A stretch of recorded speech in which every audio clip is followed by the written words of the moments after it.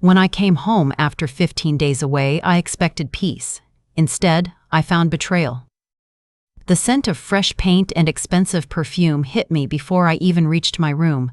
My heart pounded. Something was wrong. I pushed my bedroom door open and froze. My bed, the mahogany one I had shared with my late husband for decades, was gone. In its place stood a sleek white designer bed with decorative pillows that looked like they belonged in a magazine. The soft peach walls I had painted myself were now a cold gray. My photographs, my wedding, my children, my husband's smile were all gone. Erased. "Do you like it?" Valerie's voice slithered from behind me, sweet like poisoned honey. She leaned on the doorway wearing a tight, wine-colored dress, freshly styled hair, nails gleaming like she'd just won a prize. "What did you do?" I whispered. "We redecorated. The house needed a change," she said casually, touching the wall like it was hers. "This room has better light and more space. Robert and I need it." I clenched my fists to stop them from shaking. "Where's my bed? My things?" "In the garage." "Don't worry, everything's stored safely," she said with a fake smile. "You can stay in the guest room. It's smaller, but at your age, you don't need that much space anyway." Every word was a slap. She didn't see me as a person anymore, just something old that needed to be moved aside. I took a deep breath, stared straight into her eyes, and said calmly, "You want your own space? Perfect.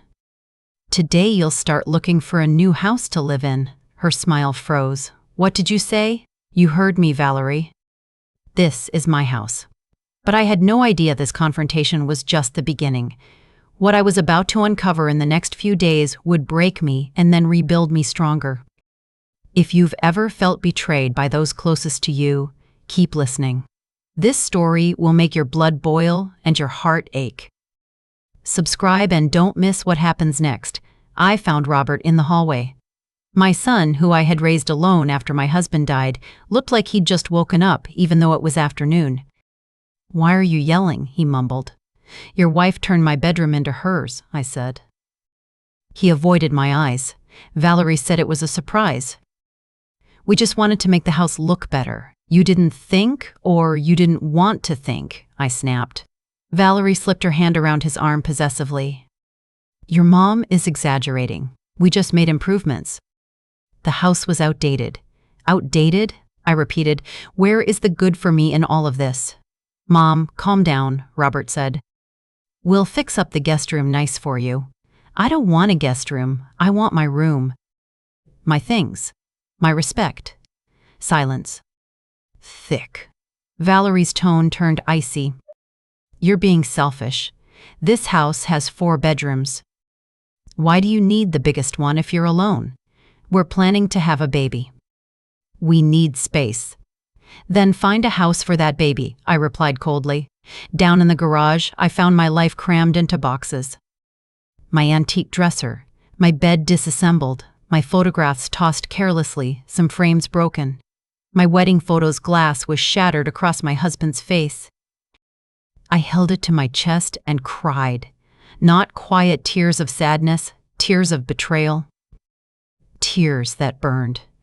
That night, I lay awake in the small guest bed, listening to Valerie and Robert laughing in what used to be my room. Later, I heard them making love while I stared at the ceiling, wondering when my life had turned into this nightmare. But the worst was yet to come. At 4 a.m., I gave up on sleep and made chamomile tea in the silent kitchen. Memories washed over me of the years I spent building this house with my late husband, Louis. He died when our children were teenagers, and I swore at his grave that I'd give them a home. I worked 3 jobs, slept 4 hours a night, saved every penny. 15 years later, at 49, I built this house, brick by brick, dollar by dollar. And now, at 67, I was being shoved aside like an old chair. Robert came downstairs half asleep. "Mom, what are you doing up?" "I can't sleep in that bed," I said. He poured water but wouldn't meet my eyes. "I know you're upset, but do you know how much this house cost me, Robert? How many nights I worked without sleep so you could eat?" "Mom, don't start with that," he muttered. "This house isn't just walls," I said. It's my life, and you're treating it like something you can remodel whenever you want." Then he said something that froze me. "We already spent $15,000 on the remodeling, Mom. Where did you get that money?" He looked away. "Our savings." But I knew that look. Guilt. He was lying. The next day, I played along, smiled, cooked, cleaned, watched. Valerie strutted through my home like a queen. She moved my pans, replaced them with hers, rearranged my kitchen like I was a guest in my own house. On the third day, she went to the salon. Robert was at work. The house was empty. My chance. I entered what used to be my bedroom. The air reeked of her perfume. I opened the drawers of her new desk and froze.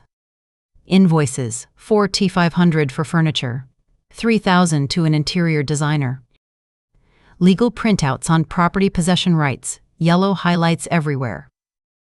Notes in Valerie's handwriting, document improvements, before-after photos. Lawyer consultation, $500. Then, photocopies of my house deed with sticky notes, changed to joint name. How much possession time needed? She wasn't redecorating. She was building a legal case to take my house. My hands shook as I photographed everything with my old phone. I put everything back carefully and left the room with my heart pounding. That night, I heard her outside on the phone. I peeked through the curtains. "It's almost done, Mom," she whispered. "The old lady's confused. She doesn't know about the loan yet." Robert's scared to tell her. Imagine her face when she finds out we used the house as collateral. But by then, it'll be ours. Loan? Collateral? My blood went cold. "The more money we invest, the stronger our case," Valerie continued. "She's old. How long does she have left? 5, 10 years? The house will be worth $200,000. We'll sell and buy in a better neighborhood." I bit my fist to keep from screaming. She called me the old lady. She mocked me. She planned to take everything Louis and I built, and Robert, my own son, knew. That night, lying in the small bed, I made a decision. I wouldn't scream. I wouldn't beg. I'd fight back. And when I struck, they would never forget it. 2 days later, my daughter Lucy arrived. I had called her early in the morning, and even though she lived several states away, she promised, "I'll be there this weekend, Mom." Those 2 days felt like walking through enemy territory. Valerie sensed something had shifted in me. She watched me like a cat eyeing a mouse that suddenly stopped running. "Is everything okay, mother-in-law?" she asked sweetly one morning. "Perfectly fine," I replied, not meeting her eyes. "You seem tense." "I'm fine." She set her mug down with a thud. "If you're still upset about the room, I think you're being very immature. Things change. You're getting older. You need to adapt." I turned slowly. She was wearing a designer tracksuit that probably cost a week of my wages back when I was cleaning offices. Her hair was in a perfect ponytail, nails freshly done. "You're right," I said calmly. "Things do change." She smiled, thinking she'd won again. She had no idea. Friday night, she waltzed into the kitchen. "Mother-in-law, some friends are coming over for lunch tomorrow. We need the living room. Please stay in your room. And could you make your enchiladas? The ones you make are good." It wasn't a request, it was an order. Robert sat on the couch watching football, silent, pretending he wasn't hearing any of it. "What time?" I asked. 1 o'clock. "And wear something presentable." Not that old robe. I barely slept, but I knew Lucy would arrive in the morning. I just had to hold on a little longer. Saturday at 11, I started cooking. Refried beans, fresh tortillas, cream, crumbled cheese. The aroma filled the house. At 12:30, the doorbell rang. Valerie opened it like she owned the place. 4 women entered, dressed to impress, laughing loudly, perfume clouding the air. "Welcome to my house," Valerie said, emphasizing the "my" while glancing at me. They sat in the living room chattering. I set the plates on the breakfast bar, but Valerie appeared, gesturing. "Mother-in-law, bring them to the living room, and the wine." I froze. "What? Serve us. We don't want to get up." I took a deep breath, picked up the tray, and served them like a maid. One of her friends, a blonde in sunglasses, said, "Oh, that looks delicious." Another, with giant earrings, looked at Valerie and asked, "And you're Robert's mom? How convenient to have live-in help, right, Val?" My blood ran cold. Valerie laughed. "Very convenient. Sometimes you have to teach her how to do things, older standards," the redhead chimed in. "Do they pay you?" Valerie sipped her wine. "No, but we give her room and board. That's enough. Besides, she's family." Laughter exploded. I stood there, cheeks burning, hands shaking as I picked up plates. They saw me as the help in my own home. I retreated to the kitchen, stood at the sink, breathing deeply, trying not to cry. And then I heard a voice behind me. "Mom." I turned. Lucy stood in the doorway with her suitcase, jeans, a simple blouse, and fire in her eyes. "How long have you been here?" I whispered. "Long enough to hear everything," she said, her voice trembling with rage. Valerie's laugh echoed from the living room. Lucy dropped her suitcase and hugged me tightly. "No more, Mom," she whispered. "This ends today." She pulled back, wiping her tears. Determination lit her face. "Where's Robert?" "He went out. He'll be back tonight." "Perfect. Then let's get to work. You and I, like it always should have been." "What are you going to do?" "I'm going to protect you," she said. "And teach that woman what happens when she tries to steal from my mother." Later, Valerie called from the living room, "Mother-in-law, more wine." Lucy looked at me. I smiled. My first real smile in days. "Go," I told her. "Introduce yourself." She walked out with purpose. Valerie's smile faltered when she saw her. "Lucy, what a surprise." "Hello, Valerie," Lucy said coldly. "I came to spend a few days with Mom. I hope you don't mind me using my old room." "Oh wait, that's yours now, isn't it?" The silence was delicious. Valerie's friends shifted uncomfortably. "Of course," Valerie forced a laugh. "You can stay in the other guest room." Lucy smiled like a wolf. "We have a lot to talk about. Legal matters. Property inheritance. Right, Mom?" I stepped into the room. "That's right, honey." Color drained from Valerie's face. She knew her game was over. Her friends left soon after, clearly sensing the storm. Valerie saw them out with fake air kisses, hands trembling. Lucy had already taken out her laptop, spreading documents across the dining table. I gave her my phone with the photos I'd taken in Valerie's room. "This is serious," she said, zooming in on the highlighted legal printouts. "Very serious." Valerie tiptoed in barefoot, pretending to be casual. "What are you two doing?" "Reviewing Mom's legal documents," Lucy replied coolly. "Don't worry about it." "The house documents?" Valerie asked nervously. "Yes," I answered, locking eyes with her. Lucy pressed play on her phone. Valerie's recorded voice filled the room. "It's almost ours, Mom. She doesn't know about the loan yet." Valerie's face went white. She opened her mouth, but Lucy's lawyer voice cut through the air. "Sit down." Valerie hesitated. I said, "Sit down." She collapsed onto the sofa like her legs couldn't hold her. Lucy paused the recording. "Now, you're going to tell us the truth." "What loan?" I don't know what you're talking about." "Don't take me for a fool," Lucy snapped. "We have recordings, photos of your legal research, receipts for $15,000 in renovations made without the owner's permission." "What loan?" Valerie bit her lip. Tears filled her eyes. "Robert took out a loan." "How much?" Lucy demanded. Silence. "How much?" $25,000. The room spun. "And what did you use as collateral?" Lucy asked, though we both knew. "The house?" Valerie whispered. I felt like the floor disappeared beneath me. Lucy paced like a lawyer in court. "You used my mother's house without her knowledge or signature." "Do you realize that's fraud? We have the signature," Valerie blurted. Lucy's head snapped up. "Whose signature?" "Robert forged it," she whispered, covering her mouth too late. My heart shattered. "What did you just say?" My voice barely came out. Valerie started sobbing. "Robert has debts, Mom. We didn't know what else to do." We were going to fix everything before you found out. Remodel the house, sell it, pay off the loan, and buy you a small apartment. You wouldn't have to worry about anything. Where I wouldn't be in the way, I finished for her. Lucy's voice hardened. And the legal research? The possession claims? Also part of this generous plan, Valerie said nothing.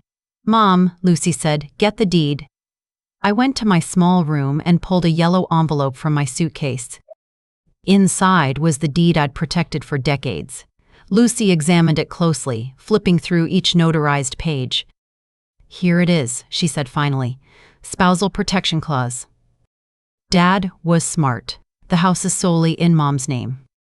Any transaction requires her notarized signature with 2 witnesses. Anything you signed with that lender is void. And if you forged her signature, that's a federal crime. Valerie was pale as snow. Please don't do this. Robert is your brother. Robert is a thief, Lucy said coldly, and you're his accomplice. The front door opened. Robert walked in with groceries, whistling. He stopped dead when he saw us. What's going on? Sit down, I said. My voice didn't tremble this time. He obeyed.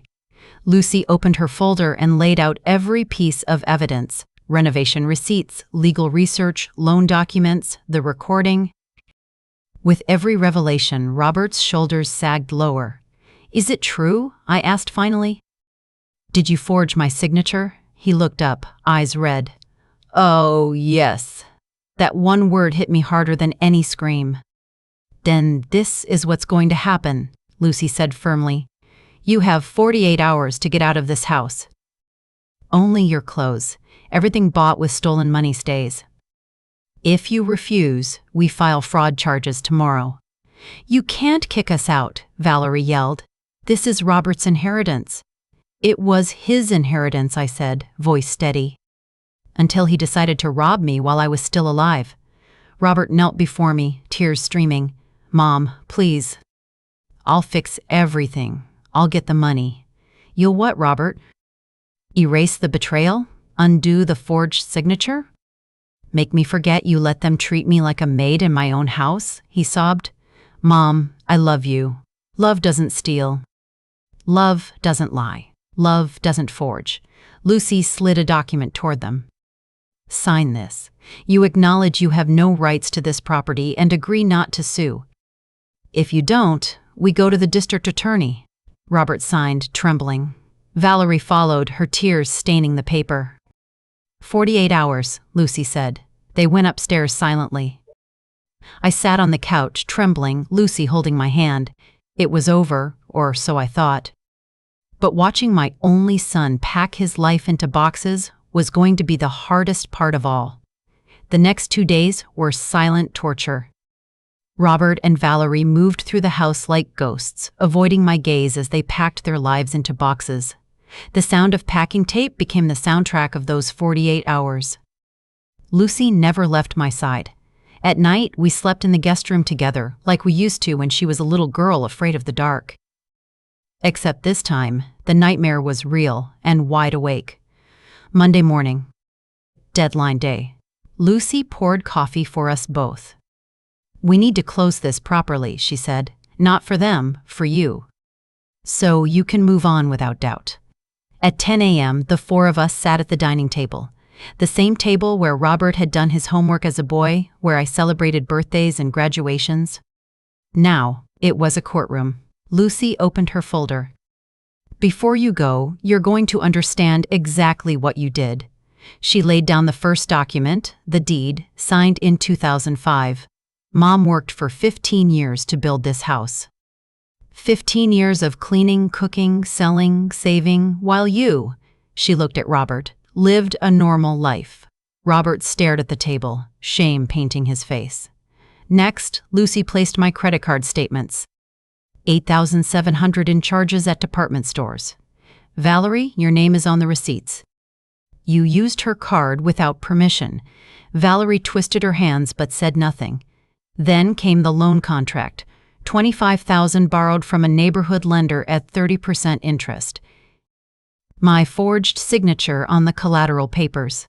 If Mom hadn't caught this, Lucy said, she would have spent years fighting in court to prove fraud while you two enjoyed the stolen money. Robert opened his mouth to defend himself. It was exactly like that, Lucy snapped. You didn't show remorse until you were caught. She placed the legal consultations on the table. 3 different lawyers about claiming possession rights through improvements. All from earlier this year. This wasn't desperation. It was planned. Valerie suddenly stood. Enough. What do you want me to say? That I'm sorry? Fine, I'm sorry. But don't act like your mom is perfect. She's controlled Robert his whole life, made him feel guilty for existing, guilt-tripped him with her sacrifices. The words pierced deeper than I expected. Because buried inside them was a sliver of truth. Maybe I had reminded Robert too often of everything I'd given. Maybe I had pushed too hard. You're right, I said quietly. Everyone froze. I'm not perfect. It's 7T. I made mistakes as a mother. Maybe I pressured you. Maybe I reminded you too often of my sacrifices. I looked at Robert, tears in my eyes, but my voice steady. But none of that justifies what you did.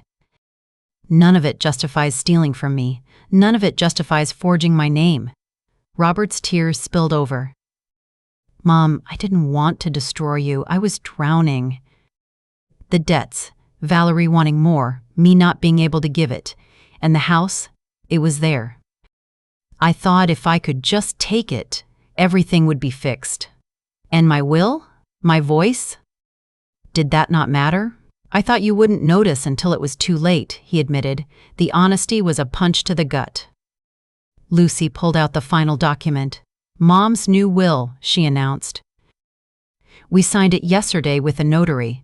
Upon her death, the house will go entirely to me. Robert is excluded from inheriting any part of it. You can contest it if you want, but with all this evidence, you won't win. Robert went pale. You're disinheriting me? Yes, I said calmly, because a son who steals from his mother doesn't deserve to inherit what she built. He broke down, sobbing. Valerie clung to him, but even she knew this was the end. Lucy's voice was firm. You have 2 hours left. If you're not gone, we'll call the police. They finished packing in silence. We followed them upstairs to make sure nothing else was taken. Watching them strip Valerie's decor from my bedroom felt like reversing a nightmare. At the door, Robert turned one last time. Take care, Mom. Robert, I whispered and closed the door. I stood there listening to the car engine fade. My son, my flesh and blood, was gone. Not to death, but to betrayal. Lucy hugged me from behind. You did the right thing, Mom. Then why does it hurt so much? I whispered. Because love doesn't turn off overnight, she said softly. He hurt you because he's your son. That's why it cuts so deep, I cried in her arms. Not out of regret, but mourning. For the boy I raised, the one who used to pick flowers for me, that boy was gone. The days that followed were strange. The house was quieter, emptier, but lighter. Lucy stayed for a week helping me reclaim my space. We brought my old furniture up from the garage. My carved wooden dresser. My bed. We painted my walls peach again, hung my wedding photo with the glass repaired. When I sat on my bed that night, breathing in my room's familiar scent, I whispered, I'm home. Meanwhile, Robert and Valerie's lives began to unravel. Neighbors whispered the updates like gossip carried on the wind. Mrs. Lupita from the corner store told me they'd moved into a cramped $950 a month apartment near the industrial park. Valerie yelled at the movers. Robert looked exhausted. Mr. Martin from the hardware store told me Robert had asked him for a loan. Collectors were after him. The loan shark wanted his money. With no house as collateral, Robert had no way out. Lucy later found out they'd started garnishing his wages, 30% straight to the debt. His salary was cut when his boss discovered the forged collateral. He'd been demoted, his paycheck halved. Valerie, once dripping in designer clothes, was now working as a cashier at the supermarket. I saw her once at night, in a red and green uniform, exhausted. She turned pale when she saw me. I said nothing and walked away. Justice wasn't loud or explosive. It was quiet, steady, like water wearing away a stone. Every lie they told, every corner they cut came back to them. 3 months later, a lawyer knocked on my door. "I represent the lender your son owes," she said. "He's filed a complaint against you, claiming you knew about the loan." It was dismissed instantly, but the fact he'd tried crushed me. He hadn't just betrayed me, he'd tried to drag me down with him. Lucy calmed me down on the phone. "He's scared and desperate. But the law is on your side, Mom." Robert was eventually sued. His wages were legally garnished for 5 years. Valerie got a second job. Their perfect plan ended in cheap apartments and exhausted nights. 4 months after the eviction, Robert called. His voice was small. "Mom, can we meet?" We met at a coffee shop. He looked older, thinner, gray hairs showing. His clothes were wrinkled, eyes sunken. He couldn't even look me in the eye. "I came to apologize," he said, "for real. No excuses. I stole from you. I betrayed you. I tried to blame you for my mess. I don't expect forgiveness. I just needed you to know I wake up every day with the weight of what I did." "Does Valerie know you're here?" I asked. "We separated," he said flatly. "Our marriage was built on comfort and appearances. Without that, there was nothing left." He rubbed his face. "I've lost everything, Mom. But I'm trying to be better. I got a new job. I'm in therapy. I don't want to die bitter and alone." I stared at him, my son broken. "Robert, I don't know if I'll ever fully forgive you. Maybe one day. Maybe not. But I hope you learn from this. I hope you never do this to anyone again." Tears welled in his eyes. "Thank you, Mom. That's more than I deserve." As he walked away, I felt something shift, not forgiveness. Not yet, but maybe the first step towards something new. If he truly changed, time would tell. But this time, the burden wasn't on me. 8 months later, my house is mine again. My mornings are peaceful. I cook for myself. I join craft groups. I even dance at the community center with Arthur, a sweet widower who steps on my feet but makes me laugh. Lucy visits monthly. Life is quiet, chosen, peaceful. I kept Robert's childhood drawings in a box under my bed. Sometimes I look at them and cry, not from pain, but from remembering the love that once existed. People are complicated. We can love and harm, betray and regret. But I learned something essential through all of this. Love does not mean erasing yourself. It does not mean allowing abuse. And it definitely does not mean handing over what you built to those who would take it by force. This house is more than walls. It's proof that I survived everything. So if you're listening to this and you've ever felt like you're too old to fight back, I'm here to tell you, you're not. I was 67 when I faced the biggest betrayal of my life, and I won. You can, too. One decision at a time. One boundary at a time. One day at a time. If this story made your heart race or gave you strength, leave a comment below telling me where you're watching from. Give it a like so more women can find their power. And don't forget to subscribe for more real stories of women who refused to be erased and took their lives back. Because your home, your peace, and your worth are yours. And no one, not even family, has the right to take them away.